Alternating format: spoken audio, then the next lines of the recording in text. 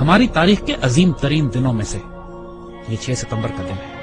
اگر آپ صرف اس دن کی صبح وہ تقریر سن لیجئے جو ایوب خان نے کی تھی، ریڈیو پاکستان پر وہ تقریر کی گئی کہ لا الہ الا اللہ کے ماننے والوں پر ہندوستان نے حملہ کر دیا، میرے قوم کے ہم وطنوں جنگ شروع ہو چکی ہے، اٹھو اور دشمن پر ٹوٹ پڑو۔ پاکستان کی پوری قوم نعرہ تکبیر لگاتی ہوئی سڑکوں پر نکل گئی تھی۔ ہندوستان نے 6 ستمبر کی صبح فجر سے کچھ پہلے لاہور شہر پہ حملہ کیا اور ان کے جرنیل نے بڑک ماری تھی کہ ہم 11 بجے تک لاہور جمخانہ میں بیٹھ کر شراب پئیں گے اور بدماشی کی محفل سجائیں گے۔ دشمن کی طاقت کا بھی پہلے اندازہ کیجیے۔ دیکھیے دشمن 5 گنا بڑا تھا آپ سے، اور اچانک اتنا بڑا حملہ کرتا جس کے اندر ایک ایک حملے میں 500 ٹینک استعمال کیے جاتے ہیں، تقریباً 500 ٹینک لاہور میں، 500 ٹینک کے قریب سیالکوٹ کے اوپر جب حملہ ہوتا ہے، اور یہ دونوں سرحدی شہر ہیں ہمارے۔ اور حال یہ تھا کہ Pakistan was totally caught by surprise. آپ کو واقعہ بتاتے ہیں، واقعات اگر آپ سنیں تو اس سے آپ کو اندازہ ہوگا کہ یہ 65 کی لڑائی کا یہ واقعہ 6 ستمبر کو کیوں ہم اتنی رومانٹک طریقے سے، اتنی محبت اور اتنی پیار سے، ایموشن سے، جذبات سے کیوں یاد کرتے ہیں۔ ایئر چیف نے نور خان صاحب کی دلیری اور جرت دیکھیے، یہی پہ لیڈنگ فرام دا فرنٹ جسے کہتے ہیں، انہوں نے کہا کہ یہ سارٹیز نہیں جائیں گی جب تک میں خود نہ دیکھ لوں کہ یہ کتنی خطرناک ہے ہمارے پائلٹ۔ دنیا کی تاریخ میں پاکستان فوج ایک واحد فوج ہے کہ جس میں آفیسر کیجویلٹی ریٹ سب سے زیادہ ہے، اس لیے کہ ہمارے آفیسرز آگے بڑھ کر لیڈ کرتے ہیں۔ پاکستان نیوی کے پاس ایک سبمرین تھی غازی، اور اس سبمرین نے دشمن کا ناکہ بند کیا ہوا تھا۔ اس زمانے میں تاریخ ناول اور کتابیں لکھی گئی کہ سومنات پر محمود غزنوی کے 17 حملوں کے بعد یہ 18واں حملہ، اور پاکستان کی نیوی آگے بڑھ کر سمندروں میں گئی، دوارکا پہ گئی، دوارکا کے قلعے کو تباہ کیا بومنگ کر کے، فائرنگ کر کے، شیلنگ کر کے، اور پھر نکل کر واپس آئی۔ میرے والد توپ خانے کے افسر تھے اور سیالکوٹ ہی میں مقیم تھے، سیالکوٹ سیکٹر پہ بالکل سرحد پہ ہمارا گھر تھا میرے، اور جب یہ جنگ شروع ہوتی ہے تو خاندانوں کو، عورتوں کو، بچوں کو وہاں سے نکلنا پڑا، تو اس میں ہماری والدہ ہمیں لے کر نکلی، اور یہ وہ وقت تھا کہ جب ہمارے گھر کے آس پاس توپیں لگی ہوئی تھی اور پاکستان کی فوج جوابی حملہ شروع کر رہی تھی سیالکوٹ سیکٹر پہ دشمن کے خلاف۔ ایسے ایسے معجزات دیکھنے کو ملے ہیں۔ میرے والد عینی شاہد ہیں اس بات کے کہ ایک سیکٹر پر ہماری توپوں کی مدد کی ضرورت پڑی، ہماری پیادہ فوج کے مورچے تھے جن پر دشمن کے ٹینکوں کا دباؤ بہت شدید تھا، اور ہماری توپوں کی آخری حد سے بھی زیادہ 2-3 کلومیٹر آگے وہ دشمن کے ٹینکوں کے پوزیشنز تھی، اور جب مدد مانگی گئی تو حساب لگایا گیا کہ ہماری توپوں کے گولے دشمن تک نہیں پہنچ سکتے، اور صورتحال یہ تھی کہ اگر اس وقت مدد نہ دی جاتی اپنی فرنٹ لائن کو تو سیالکوٹ شہر کا ایک پورا سیٹ دشمن قبضہ کر لیتا۔ اللہ کے توکل پر یقین کریں، افسروں کی آنکھوں میں آنسو آ گئے، انہوں نے اللہ کے بھروسے پہ، اللہ کے آسرے پہ کر کے دشمن کی طرف توپوں کا منہ کر کے فائر کیا ہے، اور ناقابل یقین بات ہے کہ گولا تقریباً 2.5-3 منٹ لیتا ہے فائر ہونے کے بعد توپ کا اپنی منزل پہ پہنچتے ہوئے۔ 3 منٹ کے بعد وائرلیس پہ ہماری جو آگے ہمارے مورچے تھے وہاں سے نعرے تکبیر کی آوازیں آنے لگی کہ دشمن کے توپیں ٹھیک ٹینکوں کے بیچ میں گر رہے تھے، جو کہ ہماری توپ کی آخری حد سے بھی کئی کلومیٹر آگے تھا۔ نہ اس سے پہلے کبھی توپ نے اتنا دور فائر کیا، نہ اس کے بعد کبھی اتنا دور فائر کیا۔ اس موقع پر جب ضرورت تھی تو اللہ کی طرف سے تائید آئی۔ ہزاروں واقعات ایسے ہیں، یہ باتیں بزرگوں نے کتابوں میں بھی لکھی ہیں۔ آپ ممتاز مفتی کی کتابیں اٹھا کے دیکھ لیجئے، الگ نگری دیکھیے، تلاش دیکھیے، اخبار میں اس زمانے کے تمام واقعات یہ چھپے ہیں۔ جب 65 کی لڑائی شروع ہوئی، ممتاز مفتی اپنی کتابوں میں لکھتے ہیں کہ مسجد نبوی شریف میں اللہ کے بندوں نے حضور صلی اللہ علیہ وسلم کی زیارت فرمائی اور دیکھا کہ حضور جنگی لباس میں اصحاب بدر کے شہداء کے ساتھ پاکستان کے دفاع کے لیے تشریف لے جا رہے ہیں کہ پاکستان پہ حملہ ہوا ہے، ہم نے اس کا دفاع کرنا ہے۔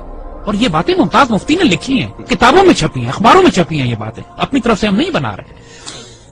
یہ باتیں کہ دشمن کے طیاروں کو ان کو ذمہ داری دی گئی کہ راوی کے پل پہ بمباری کرنی، وہ پائلٹ پکڑا گیا۔ جب اس سے پوچھا گیا کہ پل تو تمہارے سامنے تھا، تم نے بمباری کیوں نہیں کی؟ کہتے ہمیں کہا گیا تھا وہاں ایک پل ہے، مجھے 6 پل نظر آ رہے تھے۔ یہ باتیں دشمن کے سپاہیوں نے کہی ہیں جن کو گرفتار کیا گیا کہ وہ اپنی گھوڑوں والی فوج کون تھی جو سفید لباس میں تھی اور جس کی تلواروں سے شعلے نکلتے تھے۔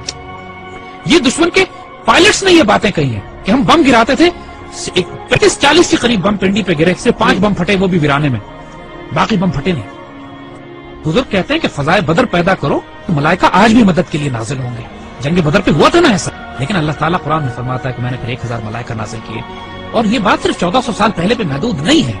جب بھی مسلمان اللہ رسول کے نام پر کھڑے ہوں گے اس پاک سرزمین کی حفاظت کے لیے تو اللہ کی تائید و نصرت آئے گی۔ 65 سب سے خوبصورت مثال ہے ہمارے لیے۔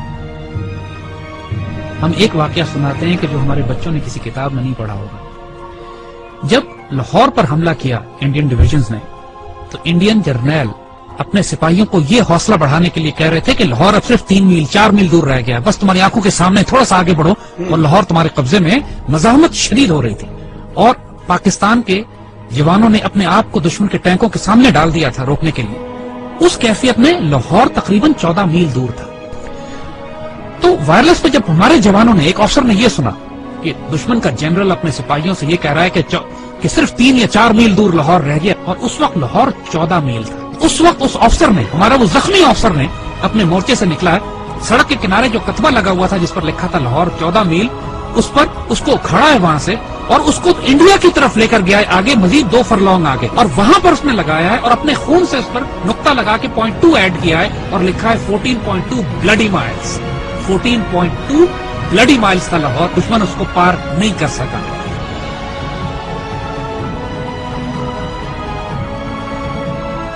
جب شہداء پہنچنا شروع ہوئے سی ایم ایچ میں، انہوں نے دیکھا کہ اتنا پریشر تھا کام کرنے کا کہ مرد سارے کام میں لگے ہوئے تھے، تو ان زخمیوں کو ریسیو کرنے کے لیے نرسز تھی، تو شہداء کو انہوں نے نرسز کے حوالے کیا کہ آپ ان کو تیار کریں اور رکھیں ایک طرف تاکہ بعد میں ان کو بریل کے لیے لے جایا جائے گا۔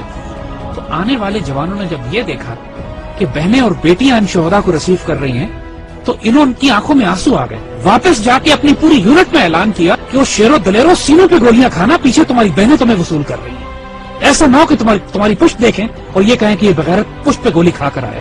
یعنی یہ جذبہ تھا جوانوں میں کہ ہمیں دفن کرنے کے لیے پیچھے ہماری بہنیں کھڑی ہیں، اور سب نے قسمیں کھائیں کہ ہم گولی سینوں پہ کھائیں۔ یہ وہ باتیں یونٹوں کے اندر ہوئی، باتیں ٹیکسٹ بکس میں لکھی جاتی ہیں نا، کتابوں میں، یہ وہ باتیں کہ جو فوجیوں کے سینوں میں دفن ہے۔ ایسے بھی موقع آ گئے کہ جب دشمن کے ٹینک ہمارے توپخانے کے اتنے نزدیک پہنچ گئے کہ براہ راست توپخانے اور ٹینکوں کی لڑائی شروع ہونے والی تھی۔ کہا جاتا ہے دوسری جنگ عظیم کے بعد سب سے بڑی ٹینکوں کی لڑائی بھی سیالکوٹ میں لڑی گئی۔ باقاعدہ ایک آرٹلری افسر نے کمانڈ دی کہ HE unload and AP load, یعنی ہائی ایکسپلوسو شیل نکال دو اور اب آرمر پیئرسنگ شیل لوڈ کرو، کیونکہ اب توپ اور ٹینک کی براہ راست لڑائی شروع ہونے والی ہے۔ اور یہ ایسا موقع ہوتا ہے کہ جس کے بعد آر یا پار ہوتا ہے، اور ایسے موقع پہ اللہ نے دھند بھیج دی، بیچ میں دھندیں آ گئی جس کی وجہ سے دشمن کے ٹینک رک گئے، اور جس طرح پہلے کہا تھا کہ پہلے دشمن نے خوف طاری کر دیا اللہ۔ یہی وہ نظریاتی اور روحانی اساس تھی ہماری جو ہمیں پاکستانی مسلمان بناتی تھی۔ وہ کیا چیز تھی جس نے ہمیں سیسا پلائی ہوئی دیوار بنایا؟ وہ یہی کلمہ تھا، لا الہ الا اللہ، جو ہمارے دل کی دھڑکنوں میں محمد رسول اللہ ماشاء اللہ۔ اور آج جو 10,000 بچے اور افسر جوان ہمارے شہید ہوئے ہیں پاکستان کے دفاع میں، کشمیر سے لے کر وزیرستان میں، فاٹا میں، سوات میں، خوبصورت ترین بیٹے، ہماری مٹی کا نمک، 21، 22، 24 سال کے، 25، 26 سال کے خوبصورت جوان، اپنے جب چھوٹے بچوں کو چھوڑ کر، والدین کو چھوڑ کر، بیویوں کو چھوڑ کر، جنہوں نے شہادتیں دی ہیں اور خواہش کر کے اپنے آپ کو والنٹیئر کر کے شہید ہوئے ہیں۔